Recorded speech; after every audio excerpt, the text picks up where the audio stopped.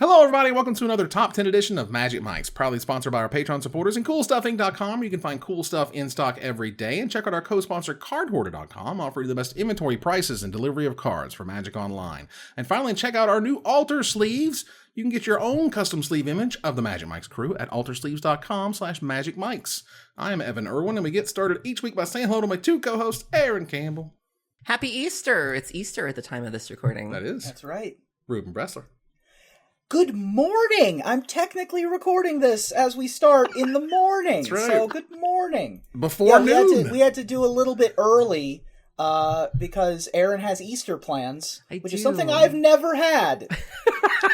I like how... Yeah, nothing... So my family, I mean, I don't have very much family, but the family I do have is still quite vulnerable. I don't know whether they've been vaccinated yet, so I didn't want to bring them anything. But there is a really, really nice restaurant in the city that is doing a nice little Easter spread with ham and beans and potatoes, and they have good precautions, and I'm vaccinated, of course, Now, and I feel pretty good about that. And I'm Jewish, so I don't know much about Easter, and my family that is Christian, we do stuff for Christmas. So, as I understand it, you have to sacrifice to the rabbit god to make sure that it doesn't attack and invade your house and steal all of your eggs. Is that correct? Something correct. like that. And the rabbit god is Khazedrix. Remember Khazedrix? Yep, Khazedrix. Mm-hmm. Yep. Okay. Yeah. Wow. Excellent. Okay. And it comes down your chimney. Lordy. Okay. And steals all of your fake grass. What is happening? I also like how we started early because you had the Easter thing, and then we had one of the longest pre-shows that we've ever had. We did. But we did that for you, everybody. That's right. We're all in rare form today. So much fun. We also began with our choice of the top comment from last week in a segment we call Honorable Mention, where Ruben will tell us who was the most eloquent, letting us know what card we did not choose as one of our top 10 Greg Staples cards. Ruben? Well, for an artist top 10, it felt only fitting that the winner would be El Artista Duelista. You should have made Evan say that. No. Evan? Stop that. Evan. El Artista Duel. Evan, would you like to tell me who this week's winner was? Lord, no. Okay. Thank you. Their comment is Hola, or as Evan would say, Hola. Hola. Hey, y'all. Hola. There a whole lot of what? El Artista Duelista says, Hola. Okay, I don't really blame you. I know all of you thought the same thing. This card is so iconic, so powerful, and so emblematic of a new era for Magic that there is no way nobody has it on their list. But guess what? You forgot about Serra Angel, one of the most important cards in Magic's history, and the other half of the Hypnotic Spectre versus Serra Angel panorama. This art is so beautiful that it is not rare to be seen outside of Magic in any context that involves angels. And in the end, there would be no Baneslayer Angel without Serra Angel. I mean, it is the OG, and he did do a fantastic version of it. The most recent, I believe, is the Jumpstart version by Donato Giancola. But Johnny G. Yeah, but the Greg Staples version of Serra Angel, my goodness, is absolutely terrific. It was printed, I believe, in Iconic Masters, may have been the most recent one. For those who don't know, Serra Angel, all the way from Alpha, 2 white, 3 generic mana for a 4/4 uncommon angel. I think it used to be rare back in the day. And it had flying and vigilance. But before it even was keyworded to vigilance, it didn't attack. It didn't tap to attack. Yeah, so that's what it does. Yeah, this was all over 10th edition stuff. Yeah. They used it again in, I think, it might have been M10 to put all over the boxes. So yeah, this art has been around for a decade and is constantly used. It really does kind of bookend Baneslayer really, really well, I think, when you look at the two pieces next to one another. Terrific piece, and of course, thank you very much to El Artista Duelista for being a part of the show. Please contact us on social media for your prize. Thanks again to CoolStuffInc.com for sponsoring this giveaway, and stay tuned for our top 10 this week. Then maybe you can win next week's free gift certificate. That's right. We'll move on here to our number 10, because now it's time to talk about, I'm calling this top 10 story moment cards. Okay. That's officially what I'm monitoring it. And we all have our own reasons for including or not including things like sagas or legendary spells. We can talk a little about that. Mine, I kind of just threw in a little bit of everything. Actually, funnily enough, I don't believe I have any sagas because I like the spells, particularly the story spotlight spells, generally and sort of what they mean and what happens as a result of them, stuff like that. But of course, we'll get to that as we move on. And if anything, when we have a very vague subject like that just means there's more opportunities for you all in the comments to respond and to let us know what we missed and possibly get yourselves a $50 gift certificate to CoolStuffInc.com. Where you can find cool stuff. Where I send all my cards to. That's right. With earbuds. Whether you like it or not. Earplugs are free. That's a bonus. All that value. Ruben, what's number 10? You're going to thank me one day. That's right. When it's loud. I'm like, God almighty. Jeez.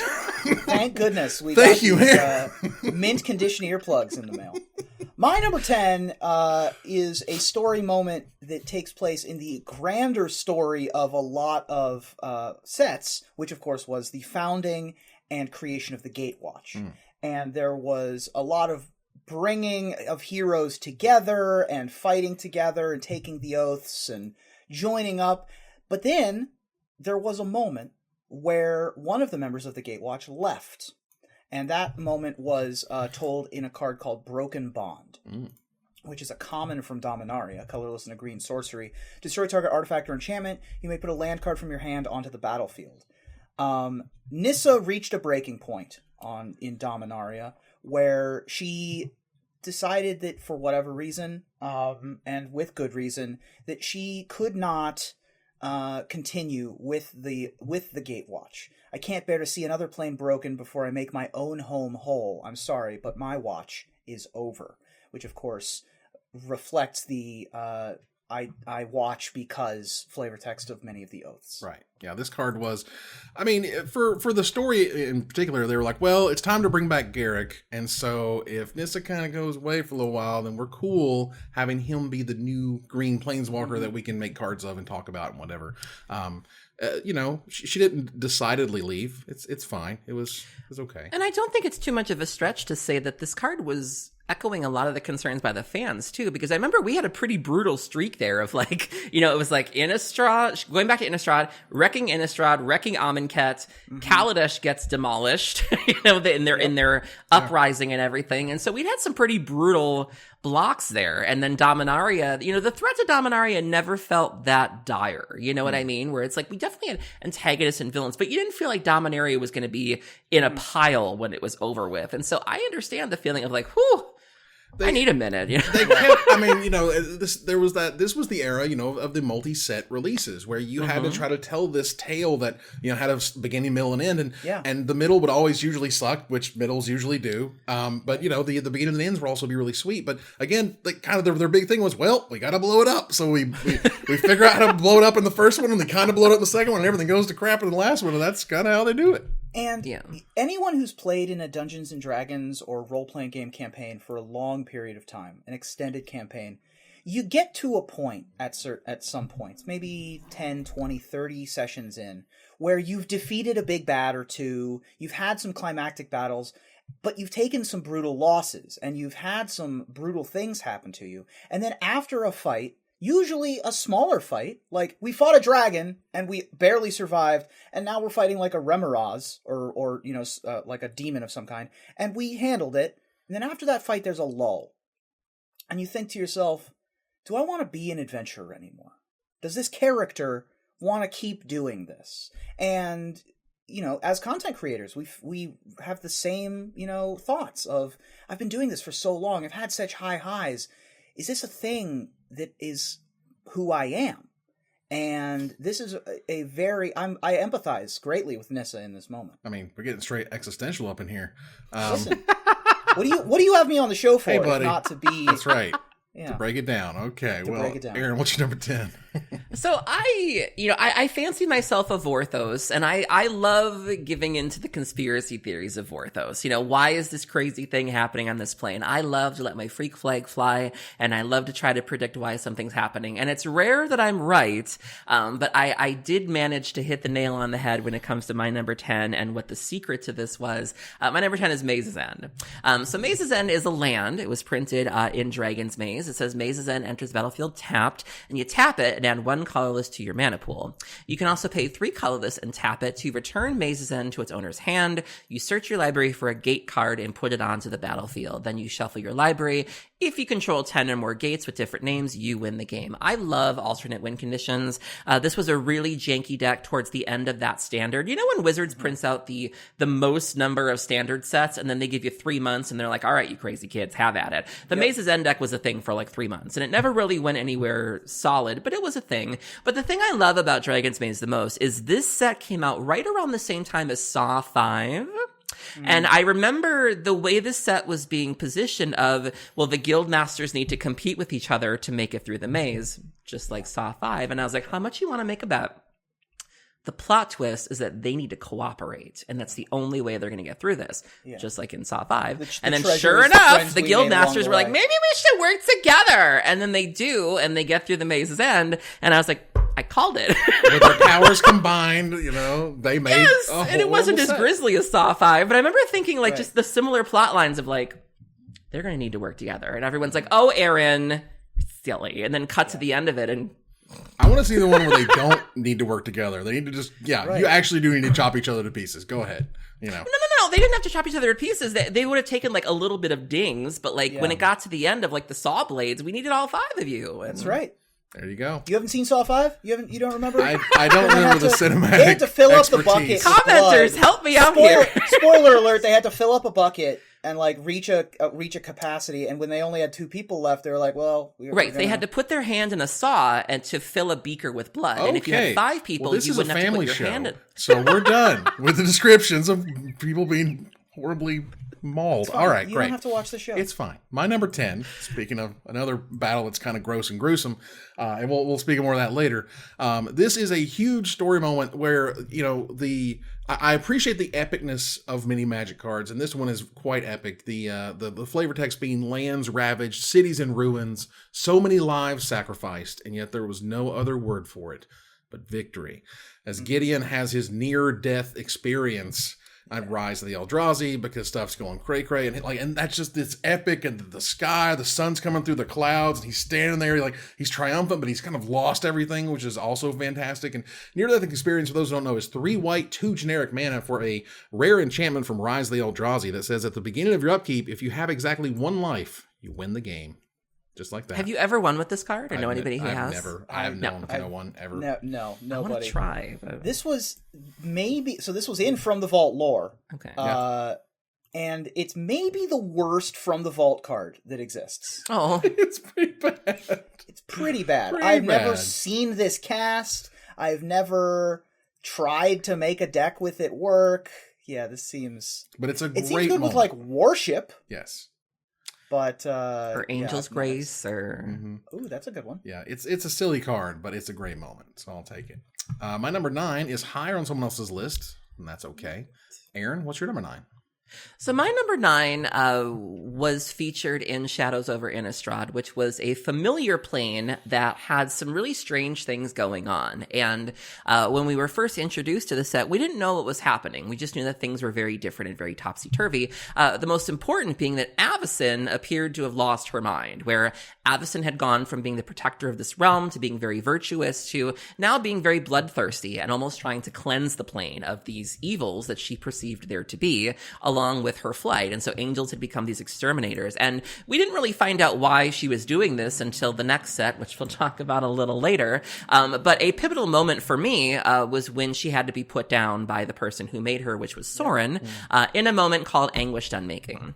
So Anguished Unmaking is 1 colorless, a white, and a black. It's an instant from Shadows over Innistrad. It's very simple. It just says exile target non-land permanent, you lose 3 life. So this card does have a lot of life outside of standard. It's currently going for about $10 to $15 right now, probably because of EDH, but this is the moment where Sorin realizes that, he created her, and the only way to really stop her is to unmake her, and if he doesn't do this, she'll just destroy the entire plane. And so you see him kind of not even being able to look at her, of just sort of this moment of like, I can't look, but I need to put you down.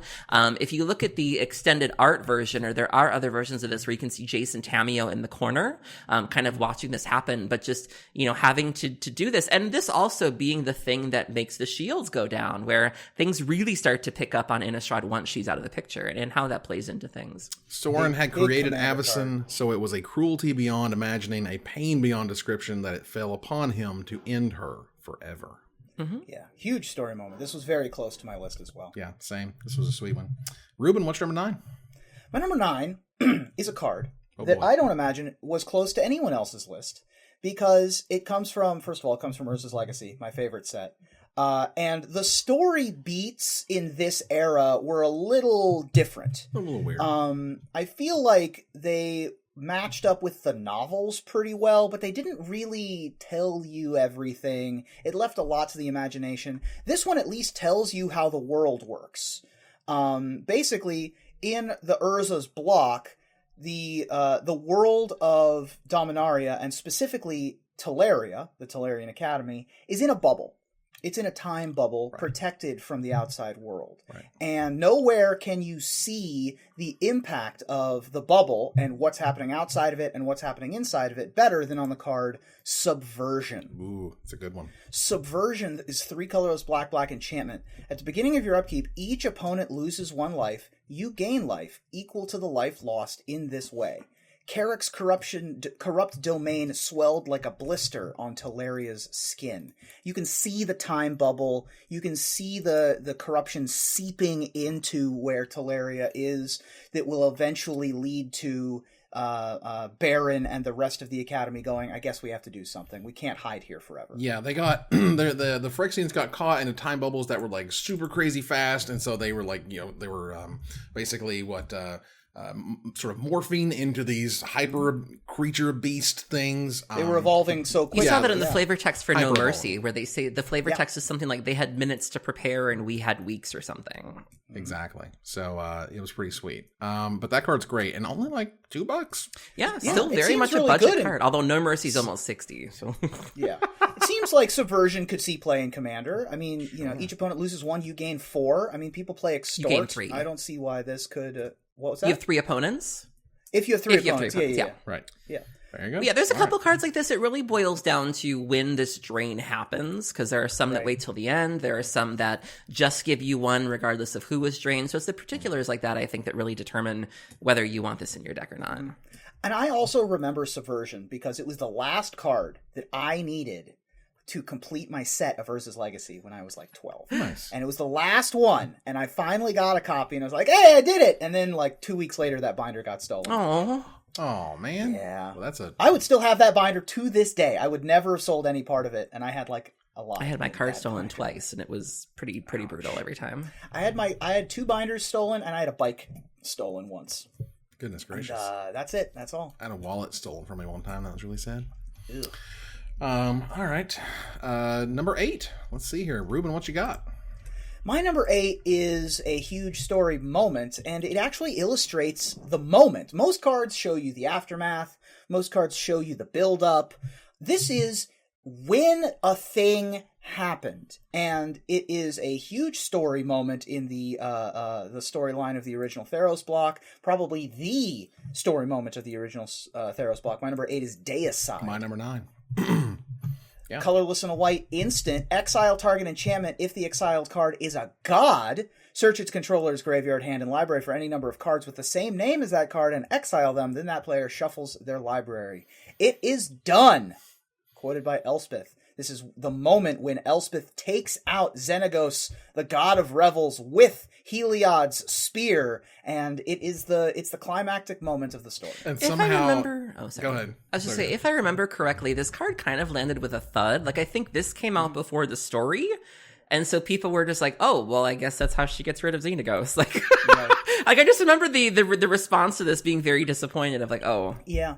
Okay. The release of it wasn't the best. Right. The Journey to Nyx, back in those days, cards were being spoiled left and right all the time. Mm-hmm. So even if they had tried to spoil it later, I believe it might have got leaked or something. Because I certainly recall back then, like, oh, that's how it ends. Okay, cool. And then later, Heliod, like, lost his mind and killed Elspeth. That's weird. But this was my number 9 because, ultimately they tried to build up to this big story moment. Journey to Nyx was a terrible set. I mean, these things were 30 cents. Like, okay. And this was supposed to be, the safeguard for the gods in Standard, right? If the gods are too good, well... I don't recall this ever seeing play. Look at play, not even once. Yeah. It's just too narrow. It's just like... Yeah. It's super duper narrow. If this was an artifact or enchantment, maybe, or if enchantment or something, or gains life, or something beyond, like, well, I super hose you if you have a god out. Otherwise, this is a blank card. It's like a overcosted demystify. Yeah, and then that just feels bad. So, okay. Aaron, what's your number 8?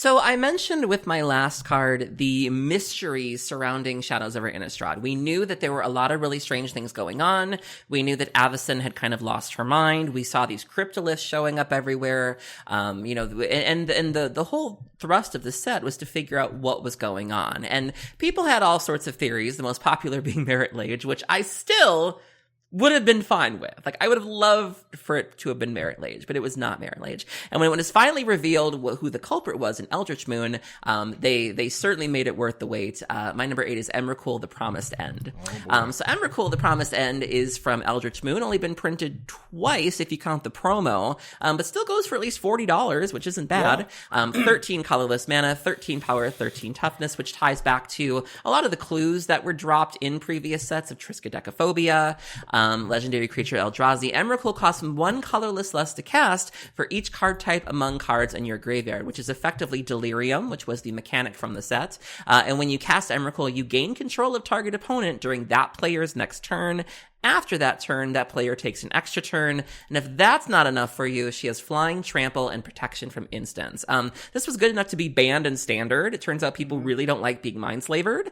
And Delirium was also frighteningly easy to turn on. It was not hard to get this down to 8 mana, 7 mana, and be able to drop this abomination. The mirrors, the Delirium mirrors, often revolved around who could get it down first. And it was just a really, really unpleasant card to face in Standard. Now it has a new life in older formats sometimes, in the post decks. Commander players love it because it's the Emrakul that's not banned. Beautiful art here by J.B. Jones or Jaime Jones. But I think it really just, was the great big bad that we needed. I loved the storyline. I loved her impact on the plane. I love that she put herself in the moon. We are going back to Innistrad. You can't deny that she's still in the moon. So are we going to address this? I don't know, but this was a pretty great reveal. I mean, this was a slave to theme, right? It had to be the number 13. It had to be a 13-13. Like, it had to have, this, that, and the other. They just wanted to put in this box no matter how busted it could end up being. And, of course, my favorite story being that when Eldritch Moon first showed up, no one gave a crap about this card. Nobody thought it was even good. No one was like, oh my god, this card's busted. No one was saying that. And then come to the Pro Tour, literally everyone's playing it, and you have Owen Turtenwald or whatever going like, duh, it's the best card of the set, and we're like, that whole team. And I do like that the finals was a showdown between Emrakul and Liliana, the last hope, and Liliana comes out on top. And this was such a great story for Liliana because she got the chance to be the hero where, the dead were immune to Emrakul's warping. And so, all of the living forces like Thalia and Odric and them, they couldn't really hold a candle to this, but she could keep fighting and fighting and fighting. And so her becoming this sort of reluctant hero, and just seeing the way that played out was just such a great way to end this and such a great loophole to what Emrakul's capable of. So to keep it in Innistrad, but to move it back to Dark Ascension, essentially, there's a story moment there when Gisa and Geralf, or it's Gisa or Gisa? It's Gisa. Gisa and Geralf. They have the assault on Thraben. It's pronounced Jif. It is. Jif? Jesus Christ. I know, right? Well, they decide to, basically bring all the dead back to life and attack the town of Thraben, and that is shown perfectly on Zombie Apocalypse. Yeah. Zombie Apocalypse is a rare sorcery that costs 3 black and 3 generic mana. It says, return all zombie creature cards from your graveyard to the battlefield tapped, then destroy all humans. That's just this flavor. I love it. You can't. That's what the card says it does. It's wonderful. Yeah.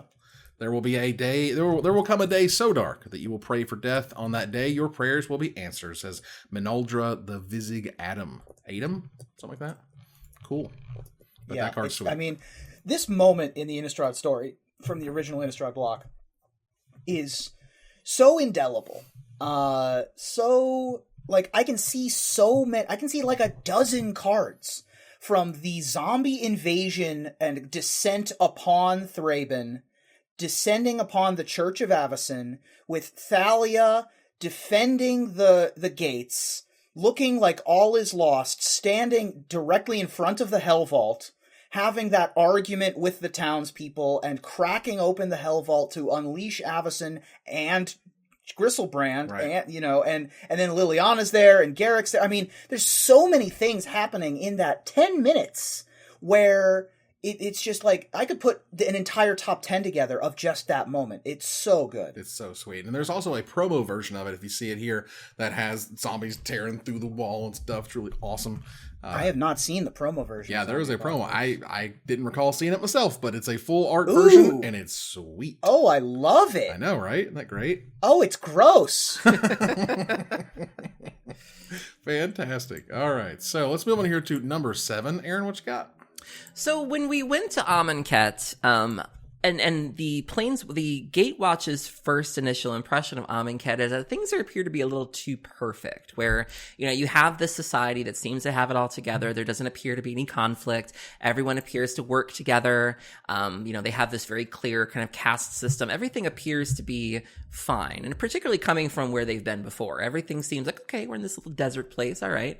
And as they start to sniff around, they realize that the city has some secrets. This place has some secrets, and that everything's not as it appears to be. And one of the things that really starts to raise red flags is when Gideon observes what happens on my number 7, which is Cruel Reality. So Cruel Reality is 5 colorless and 2 black. It was only printed in Amonkhet. It's an enchantment or a curse, which is mythic, enchant player. At the beginning of enchanted player's upkeep, that player sacrifices a creature or a planeswalker. If they can't, they lose 5 life. And so Amonkhet is based around this sort of trial system where everybody's fighting or they're training to be a part of this thing. I apologize. It's a beautiful day in my neighborhood and everybody's revving up their cars, so I apologize in advance. But Amonkhet revolves around this trial system where people participate in these events to sort of prove their worthiness. And Gideon's like, all right, well, let's just see what all this is about. And so it's my understanding that he decides to take part in one of these trials, or he decides to observe them. And then he comes to find out that the people in the trial just drown their friend just right in front of him. And he's just like, oh, what's going on? And so that's really the first hint that these trials are not what they appear to be. They appear to be almost weeding out people for some sort of purpose that's not just about pleasing gods, but almost like people are being filtered out or being tested for nefarious purposes. And so this is really one of the more horrifying moments where it starts out with a group of people who appear to be cool, but have no problem just sort of snuffing out their friend. Just casual murder. That just hold them under the water. As Gideon watched the initiate murder his crop mate, his admiration of the city of Noctamon gave way to horror. Yeah, that is a cruel reality to wake up to. It's like, that's where I am. So that's how it is. So that's what we're doing here. Yeah, that's a rough one. Ruben, what's number 7? My number 7, going back to the Eldrazi, I don't know if you know this, but the gods known to the merfolk as Ula, Emeria, and Kosi were nothing more than false memories of a monstrous trinity, the Eldrazi titans Ulamog, Emrakul, and Kozilek. That is the flavor text on Shrine of the Forgotten Gods, which originally came to us from Battle for Zendikar. It is a rare. It says tap, add a colorless, or tap, add 2 colorless. Spend this mana only to cast colorless spells. Activate this ability only if you control 7 or more lands. Obviously, this is to cast those huge Eldrazi titans, and it sort of tied in the superstitions and the legend lore of the previous Zendikar and these strange statues and old shrines that had been long forgotten with the new Zendikar that we had in Battle for Zendikar with the invasion of the Eldrazi. Right. This is also a play on Temple of the False God, which was a card that came out, goodness gracious, when did this thing come? It came out in Scourge. They've reprinted it 8 million times in the Commander decks, which is fine. But yeah, they wanted to kind of sort of print a fixed one, I guess you'd argue here. But it's okay. It seems all right. Fine. It's fine. I love the flavor though. The flavor and the false memories thing being the actual Titans, that's super cool. I love that. Needing 7 lands in play at any one time is quite the hefty customer. But it's a lot. But it's Commander, right? So who cares? Sure. For my number 7, this card and in the story moment, it struck me because like Wizards, they'll go there though. It's just brutal and it's harsh and it's whatever and it's a harsh reality and stuff like that. But like it's not often that they just show you like the blood and the guts and the gory and the gross and the stuff's on fire and everything sucks. And when you go back to Battle for Zendikar, which was kind of a dumpster fire in and of itself, it did have a terrific story moment card in and of it, which showed the gruesome slaughter at Seagate. Gruesome Slaughter is 6 generic mana. For a sorcery, it's a colorless sorcery. It's a rare from Battle for Zendikar. It says, until end of turn, colorless creatures you control gain tap. This creature deals damage equal to its power to target creature. The flavor here, though Gideon arrived at Seagate too late to prevent the massacre, he still had enough time to lead its survivors to relative safety. So it's a massacre. Like, this is... When you lose, this is the shot of you losing. Like, it's just eviscerating right to that guy. Yeah. All the Eldrazi are coming to get you. Everything's destroyed and on fire. Like, big bads are here, and here's your story moment. When I look at this card, I picture the end of the song from Mulan, A Girl Worth Fighting For. Oh, wow. When they stumble upon the city that's, like, completely decimated. It's like, it's not fun anymore. It's like, this is, everything's real. This is a very solemn and awful moment. Yeah. And yes, you can also look at Seagate Wreckage, for example, as another example of the fallout from this, and it's very, very gruesome. Yeah, they definitely wanted it to be like, well, Eldrazi are winning, and we're like, okay, they really are. We get it.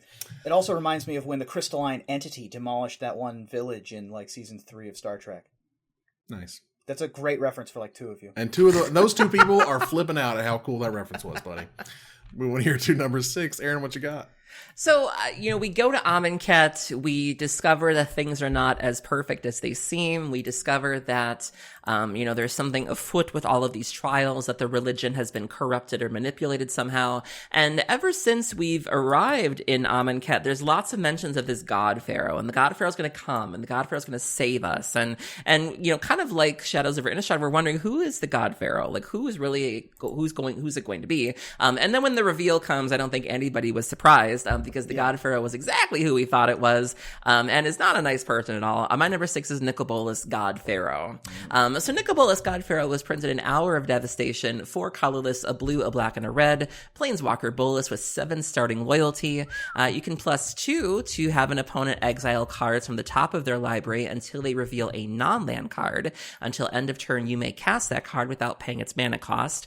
+1, each opponent exiles 2 cards from their hand. You can -4 to deal 7 damage to an opponent or creature the opponent controls. And finally, you can -12 to exile each non-land permanent your opponents control. So we have this critical masses of Niko Bolas in Standard at one time, but this was really the big reveal. And this was kind of alluded to in the prologue to Amonkhet, where Niko Bolas discovers this sort of desert world. There were 3 gods at the time that he sort of puts away in his cupboard, almost like they're dolls, which are the Scorpion God, the Locust God, and the Scarab God. And I believe there were 2 others too, I think, that were like just didn't really make the cut. I'm not really sure on that. And yeah, we're talking about the other gods on the right. And then the other 5 were basically just corrupted, and didn't really have any memory of their lives before, and were just all programmed to carry out this routine of propagate this religion, carry out these trials. You also find out that Bantu was just doing this because she wanted to. Like, he didn't need to sell her on it. She was like, I'm in. And so, you really get to see how deep his machinations go. Machinations? Either one. Thank I you. think it's either. Is it GIF? Is it GIF? Is it GIF? Gisa? El Artista. But yeah, just to see that, Niko Bolas is really behind all of this, to see that he's been pulling the strings the whole time, the way that he's corrupted these people into believing that he's going to save them and that he's going to come, and he ultimately just wrecks the plane like he's wont to do. Niko Bolas all along. Well, I mean, the idea that, the way they kind of painted that picture of he needed to go and take over this plane in order to make the perfect army, and the way that they showed him making that perfect army, like, all of that was so cool. I loved how all that just worked. You're like, oh wow, it really did. He took the whole plane just so he could make the best warriors on, in the multiverse. But now then you were going, well, what does he need all of these for? Like, where's he going with this army? We see the army being built. We see on Kaladesh that he's, using the Inventors Fair to build the gateway. He's going back to Amonkhet to build this Lazatep zombie army. He's doing this, he's doing that. All these things are happening, and it's such a good setup. Absolutely. So, Ruben, what's your number 6? My number 6 is the only higher on my list. Oh, well, okay then. Let me get that in there. Fair enough. So for my number 6 here, this is a super cool story moment. This is one of the few legendary sorceries that is on my list. I love this one in particular because it's an incredible sort of it's an incredible piece in and of itself, but it's also the awesome story moment that happened when like They wanted to show the Tolarian Academy just like kind of doing weird stuff with the time bubbles, and then everything kind of blew up, and then suddenly Karn was like, nope, it's time for a temporal sundering, and everything just kind of went haywire. He was trying to like save someone's life, but it all goes wrong. Karn's temporal sundering is 2 blue, 4 generic mana for a rare legendary sorcery from Dominaria. You may cast a legendary sorcery only if you control a legendary creature or planeswalker. Target player takes an extra turn after this one, return up to 1 target non-land permanent to its owner's hand, exile Karn's temporal sundering. Centuries ago, they say a quest to harness time became a spiral into chaos. Yeah. That's what happened. I mean, this is such an iconic moment in the history of spell casting, let alone in the history of the multiverse. And the art is so different and gorgeous. Like, I remember looking at this art for the first time and being like, is this real? Is this like this is what it looks like? And then you look at it closer and you're like, oh, I see what's happening. Yeah, the heroes have during his biography on Wizard's website, during Dominaria's temporal crisis, Karn allied with Jorah and the planeswalkers Teferi and Venser to prevent time itself from collapsing. In the process, he became susceptible to the contagion on his created planet, that being Mirrodin. His mind addled and broken by the corruption, he escaped to Mirrodin, where he was hailed as the next father of machines by the new Phyrexians. And I love legendary sorceries. Like we mentioned sagas coming back, and we mentioned other evergreen things, but I would love to see more of these, not restricted to Dominaria, because I just think that there's such great story moments, and I think like we've mentioned how Wizards is very clearly designing for Commander now, and your Commander has to be a legendary creature, so like, this is another avenue that you can have to design for Commander, is if you have your Commander, cool things can happen. Like, I love it. It's true. I like it. All right, so let's move on here to number 5. Ruben, what's your number 5? My number 5 is a story moment from a plane we haven't discussed yet, Lorwyn. And we had 2 sets in Lorwyn, and then we had 2 sets in Shadowmoor. And what happened in between is a huge event that took over the entire plane of existence and shifted it from day to night, shifted it from this fantastical Feywild kind of world to this kind of dark, upside down kind of world, right? And that moment is encapsulated in the card, the Great Aurora. Yeah. The Great Aurora is 6 colorless green, green, green for a sorcery from Magic Origins. Oh boy. Each player shuffles all cards from their hand and all permanents they own into their library, then draw that many cards. Each player may put any number of land cards from their hand onto the battlefield. Exile the Great Aurora. So in the story of Lorwyn, the Great Aurora was sort of artificially created or artificially... it happened earlier than anticipated because of some of the machinations of Una, who was trying to control the plane in such a way because there was some lore that everyone would change or die, and Una was trying to prevent death or something, and it was very complicated. Right. Unfortunately, the Great Aurora never really saw play. It is a 9-mana sorcery. This is certainly a commander-focused card in and of itself. They say here, the Great Aurora was an event that changed the plane of Lorwyn to its dark and twisted counterpart Shadowmoor and vice versa. Yep. Each Great Aurora was caused by Una through her lengthening of the normal days and nights of Lorwyn to last for centuries. I could have sworn that Sam Black played a deck like this towards the end of Standard. But the thing I love the most about this card is it is absolutely a commander card, but I love that it does capture the scope very well, because we've seen a lot of cards that are 8 mana, 9 mana, and they just kind of land with a whimper where you're like, this is a lot for 9 mana. But when you cast this, like, you are feeling the scope of this, of shuffle all cards from your hand, all permanents, and draw. That's epic. Like, this is worth 9 mana. I've broken Magic Online with this. I remember I was doing a guest spot on my friend Ilian's stream shortly after Ixalan came out. I think it was either Ixalan or the one after it. And we did this stream where we each had to pick one of the Ixalan, like an Ixalan commander or something. And there was somebody who, I think he was playing Tashana, and he cast this in Magic Online, was just like, nope. Nice. And couldn't handle it. Sorry, we're done. And that's a pretty epic card. Yeah. That's awesome. It's also a card that they're like, well, we'll fix it eventually, we promise.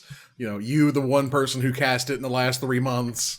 And then there's also fun ways to like play around this, where it's like an all permanent. So that counts treasure tokens, counts just random creature tokens you might have. All of those things count for the purpose of this. Right. So there are ways to manipulate this so that you're getting the better shake on this. Get your deranged hermits and your ways to make, Vertaloth the Ancients. There you go. Whatnot.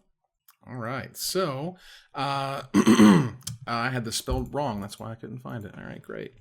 So for our number, well, I say our, the only same on this entire thing, number 5 of all the story things in all the world, of all the places. It's not like this is the shared number 1. It's just literally smack in the middle.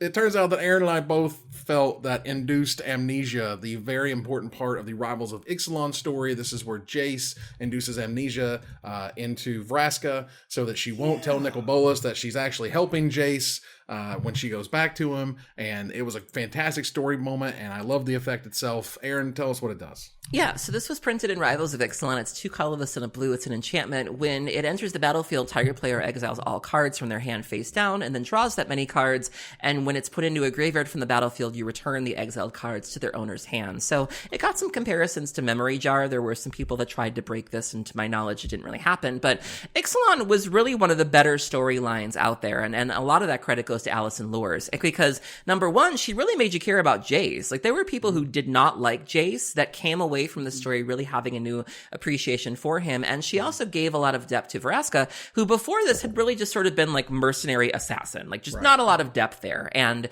she created this really amazing friendship between them. You got to see a lot of growth in their arcs. And at the end of it, Vraska was sent to Ixalan with a very clear purpose to get something for Bolas. And she realizes, like, towards the end that she asks Jace to do this to her. This was her choice. Right. And she says, like, I need to hide all of this. Otherwise, just bad things. He can't know what we've seen here. He can't know what's going on. And also she does act as a sort of safety valve when they get back to Ravnica, where, when Bolas eventually does his thing, these memories can be unlocked and she can really help to fight him. But just a very important moment just to see the development of this friendship, and really just a friendship, like it didn't have to be.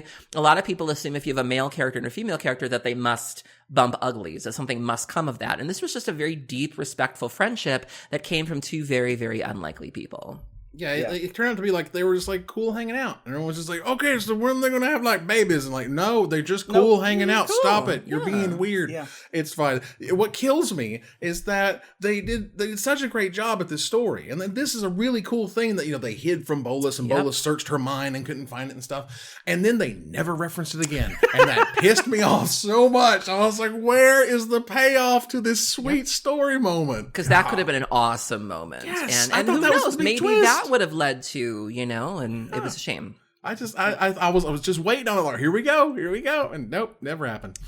Let's move on here to number 4. Mine is higher on someone else's list, my final one, but it's a good one. Ruben, what's your number 4? My number 4 is also from an old Borders set, an old moment, but I really felt like I needed to have a card that showed you when the Phyrexians invaded in Invasion and showed the Planner Overlay. Mm-hmm. And I could think of no better card to show you the Planner Overlay than the card Planner Overlay. Well, okay then. Which is my number 4. 2 colorless and a blue sorcery. It's a rare from Plane Shift. Each player chooses a land they control of each basic land type. Return those lands to their owner's hands. The Phyrexians don't want to conquer Dominaria. They want to remake it. Yeah. Great story moment. Horrible card. Not great. Not a great card. It's 23 cents worth. Yeah. Get you. This is a cool card in that, it shows you what they were trying to do, and this is the story moment where it happens. The Phyrexians don't want to conquer Dominaria, it's cool. They get in there and do the stuff. That's what Phyrexians do. They remake it into something cooler. Not a great card, though. No. Not super interesting. All right, Aaron, what's number 4? So we go back to Ravnica in Guilds of Ravnica, and one of the first cards that we see from that set appears to be someone we've seen before, and she's not in a very good state. And so you're finding you have so many questions. You're like, how did she end up this way? And then you read the flavor text and realize who did this to her, and you really are going, we are not in Ravnica anymore. We are not in Kansas anymore. And also, it's an amazing card that is seeing play all the way up to Vintage, and just completely changed the game for removal. My number 4 is Assassin's Trophy. So Assassin's Trophy is a black and a green, was printed in Guilds of Ravnica as an instant. You destroy target permanent. an opponent controls, its controller may search their library for a basic land card, and you put it onto the battlefield and shuffle their library. The flavor text says a power vacuum for the Azorius, a keepsake for Vraska. So basically what happens is things are starting to go a little bit awry on Ravnica. Asperia, the leader of the Azorius, decides to call a guild summit, which is another card, to try to suggest that the guilds work together to figure out what's going on and to combat it. And then Vraska just kills her, and more importantly, makes her a flower pot, which is what we're seeing here. And so this is the introduction to the new Ravnica, to the Ravnica that we left behind of like, what the hell? And you have this amazing art by Seb McKinnon, who of course killed it. And there's also a good card. Wizards had really been shying away from target permanent for a really long time. It's very easy to find cards that say non-land permanent, but for this one, anything goes. And so in older formats in particular, this is Wasteland 5, 6, 7, 8. This is Strip Mine number 8. I mean, this is land destruction. In a lot of older formats, you don't run basics. And so if you destroy a workshop or you destroy a bazaar, that's good enough. Like, that's just all you need to do. And so, really, really great removal in many, many formats, and just a very scary moment of like, what's going on in Ravnica. Oh yeah, both incredible in story and in the artwork. I mean, the artwork's absolutely amazing. What would it look like if Vraska killed you? Well, this is kind of what it looks like. A lot of fun. Not even just killed a person; they killed a sphinx. Like, we just have so many questions of like, how is she able to do this? Why did she do this? This is Asperia. Like, oh my god. Yeah. And this is when we were like, oh, we like Vraska now. Yeah. But lest we forget that if you induce that amnesia, you've still got the Gorgon Guildmaster Planeswalker powerful person and ruthless. The BA is still BA. Yeah. Yeah, that's cool. All right, so let's move on here to our number 3. Ruben, what's your number 3? My number 3, again, from Invasion, it's the moment. It's the culmination of the storyline, and it tells you all you need to know in its name: Coalition Victory. Coalition Victory is 3 colorless plus Wooburg. It's an 8-mana sorcery. You win the game if you control a land of each basic land type and a creature of each color. You can build a perfect machine out of imperfect parts. This card is still banned in Commander, because I guess Chromat was too powerful back in the day. Yeah. This seems like an easy, you could probably unban it and we'd be okay. Yeah. Modern Magic feels like it could handle this pretty easily with a variety of ways. First of all, getting to 8 mana or whatever, most of it being Wooburg is the one thing. But it's cool. I mean, it's nice that they did tell the story they wanted to tell in Invasion, and they're like, well, here's where it started. Went to the Weatherlight, all this stuff, and there's these other story moments and stuff where people getting thrown off ships, and finally, hey, look, they won. They're winners. And we know. There's a card that shows they won. That's great. Aaron, what's number 3? So my number 3, we're still on Ravnica. We know that things aren't going very well. This invasion happens, the Dreadhorde invasion. And so we see, very Avengers style, the first wave comes, and it's the Dreadhorde, and it's the creatures in Lazotep that we saw when we were in Amonkhet. And so you see these skeletons, these corpses that have been dipped in Lazotep so that they're not technically organic, and they can be sent through the Planar Bridge, which Tezzeret stole when he was on Kaladesh. And so the first wave comes. The Dreadhorde comes, they're terrible, we fight them off, we think we're okay, and then the second wave comes, and it's even worse than the first. My number 3 is Enter the God Eternals. Nice. So Enter the God Eternals is 2 colorless, 2 blue, and a black. It's a sorcery from War of the Spark. Enter the God Eternals deals 4 damage to target creature, and you gain life equal to the damage dealt this way.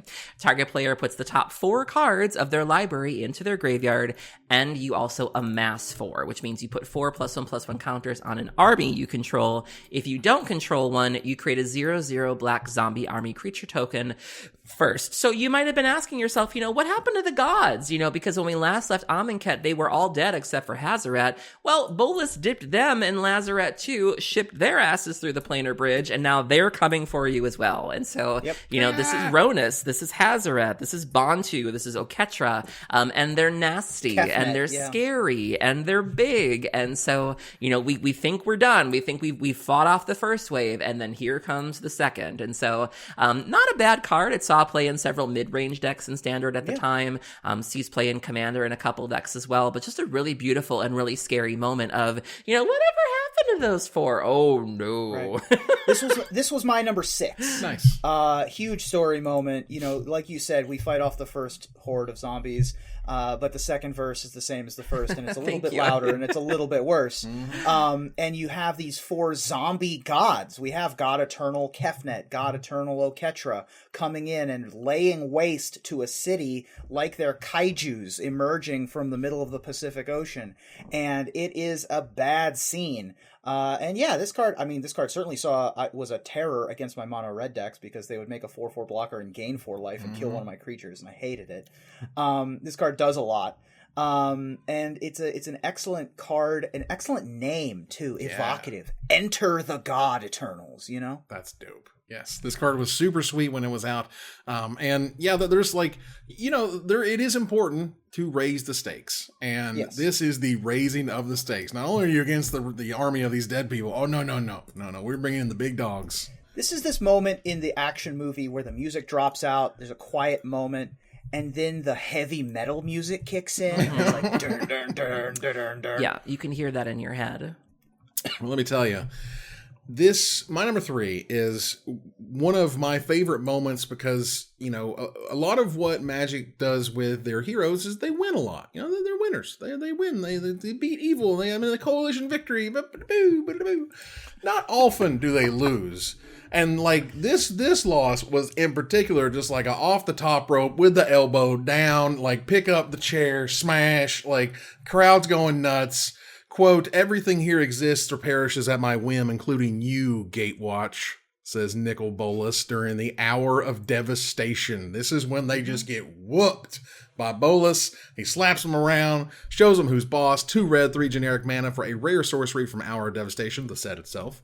All creatures lose indestructible until end of turn. Hour of Devastation deals 5 damage to each creature and each non-Bolas planeswalker. I love the words non-Bolas planeswalker. Yeah, so Amonkhet really revolved around this this prophecy that the God Pharaoh was going to come back and these hours were going to happen. And I believe there was one for every color. There was Hour of Devastation, Hour of Promise, and then just so on and so forth. But this is the one that really just kind of showed, you know, the Gatewatch getting their butts kicked. And I was actually a little disappointed. I would have liked to have seen them lose a bit more. I still felt like there was a little bit too much plot armor on them. You know, we did obviously have one of each color. We had Jace's defeat, Liliana's defeat, but then the next set comes and they're all fine. And they're all back to not defeated. Right. And so I would have liked there to have been some more stakes with this. I mean, obviously Amonkhet got raised, but I would have liked there to have maybe lost one planeswalker in the mix. And so not quite the threat we thought it was going to be, but still a very scary moment of this is what he's been building towards. This is the way it's going to happen. And just making sure that the plane is just screwed in like every way possible. There's locusts and there's scarab armies and there's fire and just like, how do you survive this? And then Bolas is like, what? Come at me, bro. And, you know, it's maybe like some scars, you know, maybe they lost a limb or something. And how they have to, their magic changes because they don't have their limbs or something. I don't know. They could have done all sorts of cool stuff to show that you did lose more than just like on this card you lost. But it feels cool that they did lose. All right, let's move on to number 2. Ruben, what you got? You ever hold a grudge? Yeah. 6,000 years. Yeah. You ever just hold a grudge against Sorin, and because he imprisoned you in the Hell Vault for 6,000 years, and like he never really apologized for that. Well, what you do is you coax from the blind eternities. You coax Emrakul, and you just ruin Sorin's entire life. Yeah, just ruin Sorin's whole career. Yep.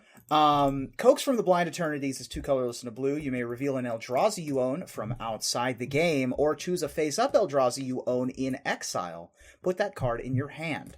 At Nahiri's call, Emrakul traversed the vast emptiness between the planes and arrived on Innistrad. You gotta be careful what you wish for. And Nahiri was like, you know, please, on the star, can I please have the most scariest, most insane elder being that exists invade my world? And it did. Well, it wasn't her world. She didn't care. No, I'm actually a Nahiri apologist. Right. This was a very controversial storyline. I remember when it first came out, and even now, like even when there's mention of Sorin and Nahiri, it's still a very polarizing topic. And people felt like, you know, when Nahiri came back for Zendikar Rising specifically, you know, how is she classified? Like, is she a villain? Is she in, you know, was she wronged somehow? Like, was she justified in this somehow? And, you know, I was one of those people that was a total Nahiri apologist, where where Soren did her dirty. It's basically the Planeswalker version of Say My Name. Like, you know, like he's not calling her baby. And so he shoves her in a hell vault. And then like, you know, then he wonders why she's mad. Like, I mean, I get it. Like I completely He started understand. playing games, throwing in a hell vault, you know, like you do.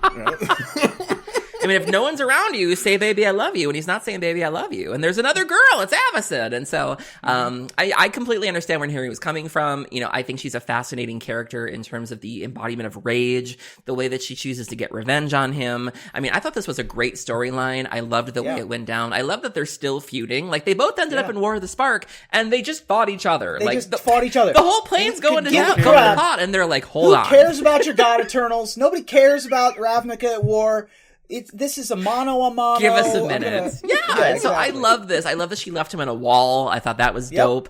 But yeah, this was all the investigation of what's happening here. Who's responsible for this? There's these cryptoliths. There's this temple. You know, what is it leading to? Who's behind it? And then the big reveal of it was really her all along. She's bringing Emrakul here. And then just the twist of like Emrakul just not even being that interested in it, where Emrakul's going, where are my people? Like, there's no Ulamog, there's no Kozilek. This plane hasn't been prepared for me. They don't seem to want me here. And then she sends herself to the moon. Like, that's the greatest twist of all. Goodness. I love it. Right. And also, now Jace has sort of drawn the Eye of Sauron of Nahiri because of the events of Zendikar Rising. So maybe Soren can take just a minute, to not get locked into a wall. Well, he may be getting married if the rumors are true. There's supposed to be a vampire wedding happening on Innistrad. Like, that's really interesting. I eagerly await my invitation. I want Nahiri to pop out of the Wizards cake. of the Like, Coast. Hey.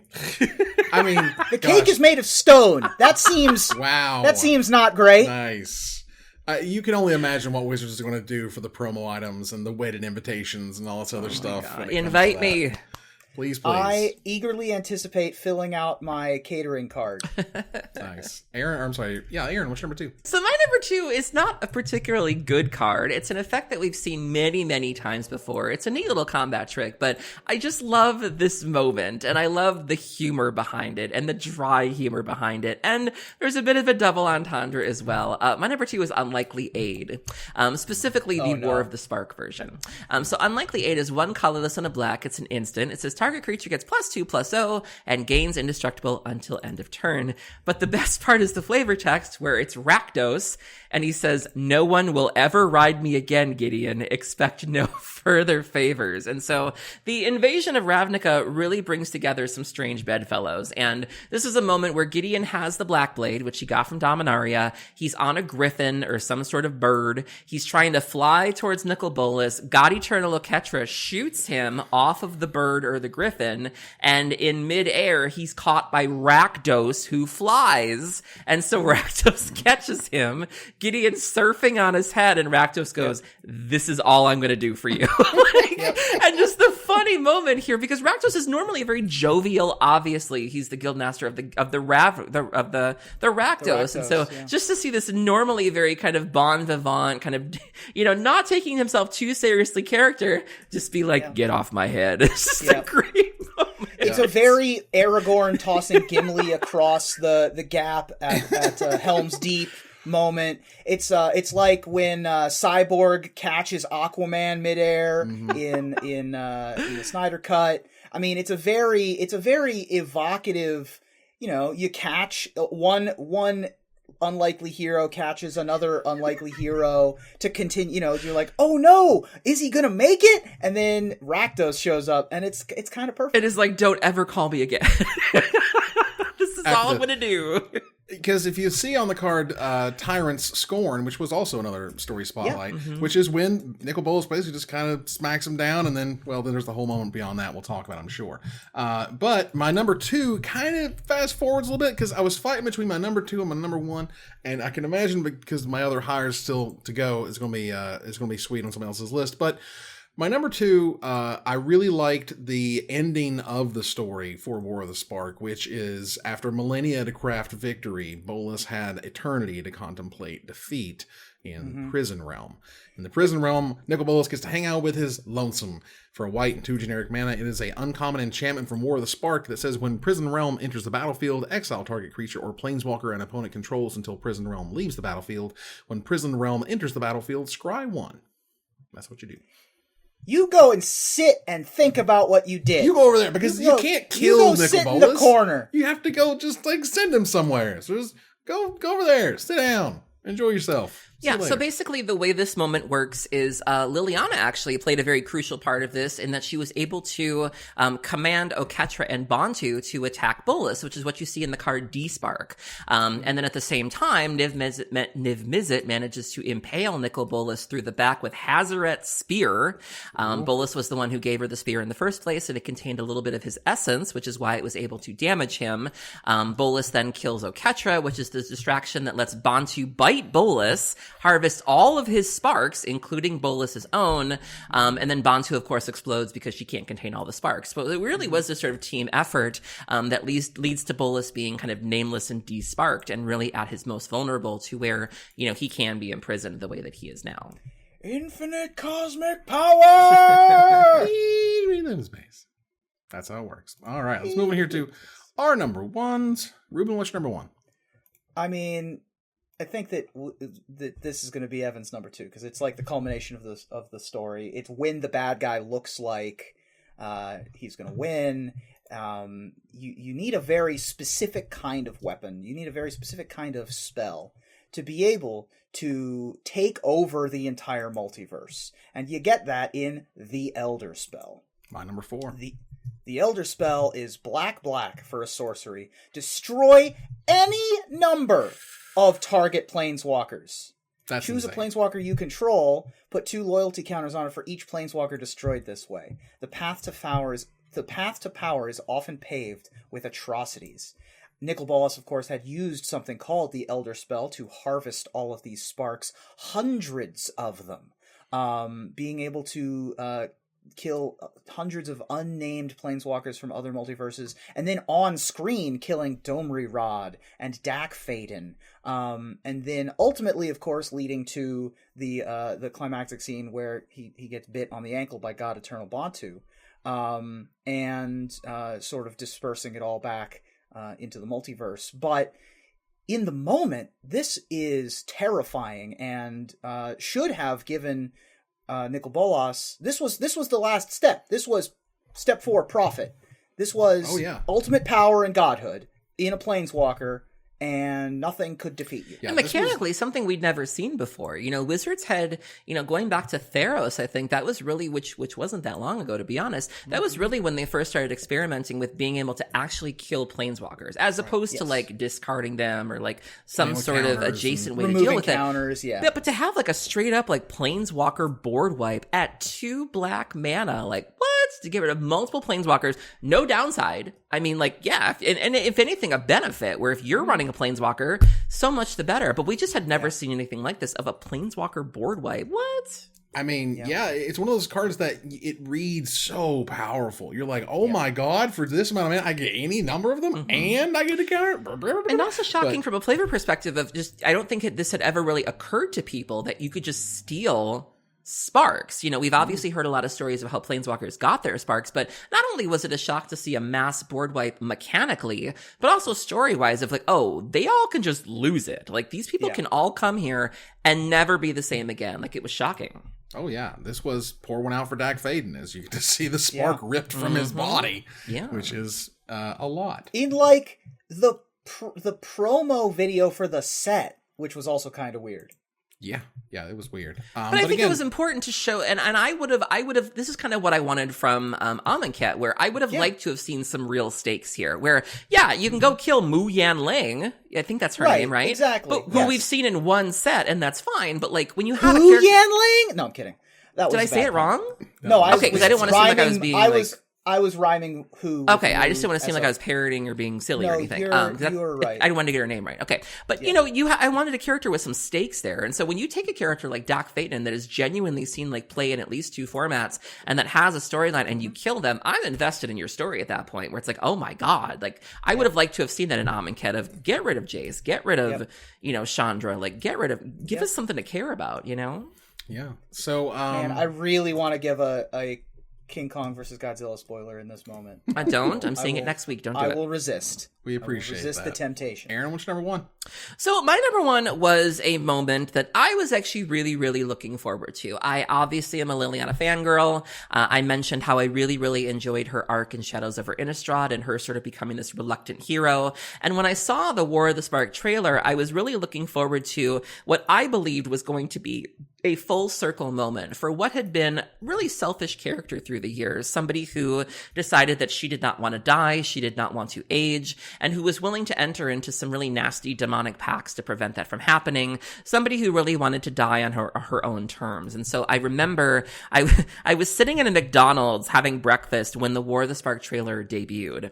And I remember sitting in a McDonald's and just crying because I thought this was a really beautiful moment. And I imagined that she was going to do the right thing, that she was going to say, I am going to die on my terms, and I'm going to die protecting somebody, which would have been such an amazing moment for such a character.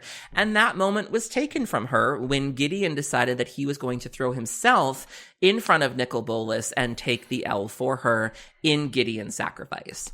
So Gideon's Sacrifice was printed in War of the Spark. It's an instant. Choose a creature, planeswalker you control. All damage that would be dealt this turn to you and permanents you control is dealt to the chosen permanent instead. So Liliana survives, Gideon dies, and truly dies. Like, he's on rest in peace. There's even a red-white card after this where he's meeting his brethren in the afterlife. And we see Liliana struggling with this to this day. One of the cards in Strixhaven is her looking in the mirror and seeing herself in the mirror, and also seeing that moment in the mirror and going, why did he save me? Like, why did he do this? And so I'm obviously glad to have more Liliana time, but I really feel like this would have been a beautiful send-off to a very complicated character that we've seen through the years, and this it could have been so much more, I think. This reminded me of the moment on the Death Planet in Avengers Endgame with Hawkeye and Black Widow, where they're sort of like fighting over who is going to sacrifice each other, and I feel like this was a very similar kind of. I think it's a little different because and I hate to bring this up, I think it's a little different because of the gender differences. Where when you have a woman who to me it seems so clear that she wanted to do this, and I could be wrong, but to have a woman say like with every I am ready to go. I've done everything I need to do, and then have the guy come in and be like, no, I've got you. Right. And it's just like, let her have this.